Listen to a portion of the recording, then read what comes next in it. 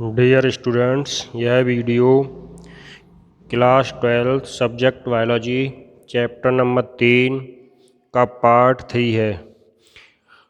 इसमें हम आपको बताएंगे मेंडल द्वारा अपने प्रयोगों के लिए प्रयुक्त की गई प्रमुख शब्दावली। पिछले वीडियो में आपको प्रतीकों के बारे में और मेंडल के बारे में बताया गया। इसमें मेंडल ने अपने प्रयोगों के लिए जो शब्दावली का प्रयोग किया वो प्रमुख रूप से कौन कौन से थे शब्द। सबसे पहले आता है जीन। जीन क्या होता है? जीन आपको पहले भी पढ़ाया जा चुका है कि जीवों में कोई भी लक्षण निर्धारित होता है उसके लिए कुछ कारक होते हैं और उन कारकों को ही जीन कहते हैं। अर्थात हम कह सकते हैं किसी जीव के किसी भी लक्षण को निर्धारित करने वाले कारक को जीन कहते हैं। जीन एक डीएनए की इकाई है। इसे हम ये भी कह सकते हैं कि डीएनए की सबसे छोटी इकाई होती है, अर्थात डीएनए का आधार है, जो संतति में किसी लक्षण की वंशागति और उसके प्रकटन यानी उसके प्रदर्शन के लिए उत्तरदायी होती है। अर्थात जितने भी लक्षण हमें लक्षण वंशागत होते हैं या प्रकटन होता है अर्थात प्रदर्शन होता है वो जीन के कारण ही होता है। सेकंड है संकरण। संकरण इंग्लिश में इसको क्रॉस बोलते हैं, लगभग सभी जानते होंगे। किसी जाति के नर एवं मादा को लैंगिक रूप से मिलाने की क्रिया संकरण कहलाती है। थर्ड आता है संकर यानी हाइब्रिड। आपने सुना होगा हाइब्रिड शब्द, सभी ने सुना होगा। हाइब्रिड अनेक प्रकार के आजकल फसलों में बीज आते हैं हाइब्रिड। तो हाइब्रिड या संकर क्या होता है कि जब आनुवंशिक आधार पर दो या दो से अधिक भिन्न जीवों का यानी अलग अलग प्रकार के दो जीव हों और उनका संकरण कराया जाए तो उनसे उत्पन्न संतान यानी जो भी जीव, पौधा, जीव जंतु जो भी उत्पन्न होगा वो संकर होगा अर्थात हाइब्रिड होगा। जैसे मटर के बारे में बात करते हैं, मेंडल ने जो पौधे लिए तो शुद्ध लंबे और शुद्ध बौने दो प्रकार के पौधे लिए जो आनुवंशिक रूप से अलग हो गए और इनके मध्य संकरण कराने से प्राप्त पौधे संकर होते हैं। अर्थात जो पौधे प्राप्त होंगे वो संकर होंगे लेकिन देखने में वो लंबे होंगे। सेकंड आता है युग्म विकल्पी। युग्म विकल्पी को हम एलील्स या एलिलोमॉर्फ भी बोलते हैं। इस शब्द का प्रयोग सबसे पहले वेटसन सैंडर्स ने 1902 में किया था। तो यहाँ पर एलील्स या युग्म विकल्पी क्या होते हैं कि एक ही लक्षण के दो विभिन्न पर्यायी रूपों यानी जो आपको विकल्पी रूप बताए थे तो उन्हीं विकल्पी रूपों को व्यक्त करने वाले कारक एक दूसरे के युग्म विकल्पी अर्थात एलील्स कहलाते हैं। जैसे हम लंबापन और बौनापन यानी लंबे पौधे को और बौने पौधे को व्यक्त करने वाले दोनों के कारक, लंबेपन को हम टी से कैपिटल टी से और बौनेपन को स्मॉल टी से प्रदर्शित करते हैं, ये आपको पहले बताया जा चुका है। तो ये दोनों कारक एक दूसरे के युग्म विकल्पी हैं अर्थात एलील्स हैं। नेक्स्ट पॉइंट है समयुग्मजी यानी होमोजाइगस। होमोजाइगस के लिए यानी समयुग्मजी आपको बताया गया है कि जो दैहिक कोशिका यानी शारीरिक कोशिका अर्थात दैहिक लक्षण होते हैं उनमें एक जीन की दो प्रतियां पाई जाती हैं। अर्थात जैसे आपको बताया गया कैपिटल टी स्मॉल टी, तो इस तरह से दो प्रतियां पाई जाती हैं।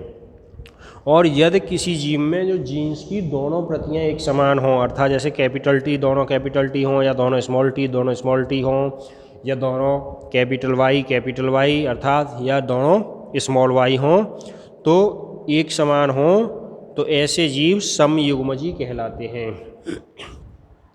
अर्थात हम कह सकते हैं कि दोनों एलील्स एक समान हों। सेकंड आता है विषम युग्मजी। विषम युग्मजी में जो अभी आपको बताया जीन्स की दोनों प्रतियां भिन्न हों अर्थात एक प्रभावी हो दूसरी अप्रभावी हो। उदाहरण के तौर पर कि दोनों जीन्स एक कैपिटल टी और एक स्मॉल टी हो, या एक कैपिटल वाई एक स्मॉल वाई, एक कैपिटल आर एक स्मॉल आर, इस तरह से दोनों अलग अलग हों, एक प्रभावी एक अप्रभावी, तो वो जीव विषम युग्मजीवी होंगे। इसके बाद अगला पॉइंट है प्रथम संतानीय पीढ़ी, जिसे हम शॉर्ट में कहते हैं F1 पीढ़ी। जो आप प्रयोगों को पढ़ेंगे तो उसमें आपको F1 F2 शब्द मिलेंगे। तो F1 पीढ़ी इंग्लिश में इसका फुल फॉर्म होती है फर्स्ट फिलियल जेनरेशन। तो फर्स्ट फिलियल जेनरेशन अर्थात F1 पीढ़ी कौन सी होती है? जो आनुवंशिक रूप से भिन्न दो शुद्ध जनकों, यानी आपको बताया एक शुद्ध लंबा एक शुद्ध बौना पौधा भी उदाहरण दिया था, या शुद्ध पीले फूल वाला और शुद्ध पीले बीज वाला और शुद्ध हरे बीज वाला हो, या बैंगनी फूल और सफ़ेद फूल वाला हो।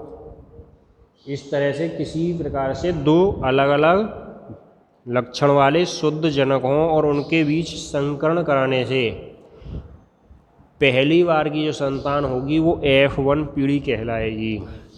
अर्थात जो पहले शुद्ध जनकों द्वारा उत्पन्न संतानें होती हैं वो F1 पीढ़ी की संतानें होती हैं, अर्थात F1 पीढ़ी कहते हैं। इसी तरह आता है F2 पीढ़ी। F2 पीढ़ी में यानी जो F1 पीढ़ी में अभी जो उत्पन्न संतानें हुई थी F1 पीढ़ी, उनसे उत्पन्न दूसरी पीढ़ी की संतानें, यानी उनसे उत्पन्न जो संतानें होती हैं वो F2 पीढ़ी की संतानें कहलाती हैं, अर्थात F2 पीढ़ी कहलाती है। नेक्स्ट पॉइंट आता है जीन प्रारूप, जिसको इंग्लिश में कहते हैं जीनोटाइप। जीन प्रारूप जनकों से वंशागत होने वाले जीन्स के योग को प्रकट करता है, चाहे वो प्रदर्शित हों या न हों। जैसे अभी आपको बताया लंबे और बौने पौधे यानी कैपिटल टी और स्मॉल टी, दोनों कैपिटल टी दोनों स्मॉल टी, अर्थात लंबा शुद्ध और शुद्ध बौना पौधा, इनके मध्य संकरण कराने से जो F1 पीढ़ी की संतानें होती हैं उनका जीन प्रारूप कैपिटल टी और स्मॉल टी होता है, जो आपको प्रभाविता के नियम में आपको पढ़ाया गया है और आगे बताया जाएगा। तो इस तरह से इनका जीनोटाइप अर्थात जीनोटाइप होता है कैपिटल टी और स्मॉल टी, चाहे ये लक्षण यानी प्रदर्शन होने में केवल कैपिटल टी अर्थात प्रभावी गुण प्रदर्शित होता है। तो इस तरह से प्रदर्शन हो या न हो, परंतु जो जीन्स का योग होगा वो जीनोटाइप कहलाता है। नेक्स्ट पॉइंट है दृश्य प्रारूप, यानी इसे हम लक्षण प्रारूप कह सकते हैं, इंग्लिश में फिनोटाइप बोलते हैं। फिनोटाइप में किसी जीव के जीन और वातावरण के पारस्परिक संबंधों द्वारा व्यक्त बाह्य लक्षणों क्रियात्मक लक्षणों का प्रदर्शन, यानी जो हमारे बाहरी लक्षण प्रदर्शित होते हैं वे दृश्य प्रारूप कहलाते हैं। जैसे अभी आपको बताया लंबे और बौने पौधे अर्थात दोनों कैपिटल टी और दोनों स्मॉल टी पौधे के मध्य संकरण कराने पर F1 पीढ़ी में दृश्य प्रारूप में लंबापन तथा F2 पीढ़ी में लंबा और बौनापन का अनुपात अलग अलग होता है। यानी F1 पीढ़ी में केवल लंबापन अर्थात दृश्य प्रारूप में केवल पौधे लंबे दिखाई देते हैं, जबकि उन्हीं पौधों से उत्पन्न F2 पीढ़ी में लंबे और बौने दोनों तरह के पौधे दिखाई देते हैं, जिनका लक्षण प्रारूप अर्थात फिनोटाइप का अनुपात 3:1 होता है। तो पहले नियम के अनुसार सभी लंबे दिखाई देंगे प्रभाविता में, और दूसरा नियम आएगा पृथक्करण का, तो उसमें लंबे और बौने पौधे दोनों अलग हो जाएंगे और उनका अनुपात 3:1 होगा। नेक्स्ट पॉइंट है जीनोम। जीनोम में जीव में गुणसूत्रों का अगुणित, यानी आपको गुणसूत्र में और युग्मकों में आपको बताया गया है कि द्विगुणित और अगुणित। तो जो अगुणित सेट होता है वो जीनोम कहलाता है। इस तरह से किसी भी जीव में गुणसूत्रों की संख्या आधी जो बताई जाती है, जैसे 46 की 23, तो 23 अगुणित होंगे और वो जीनोम कहलाता है।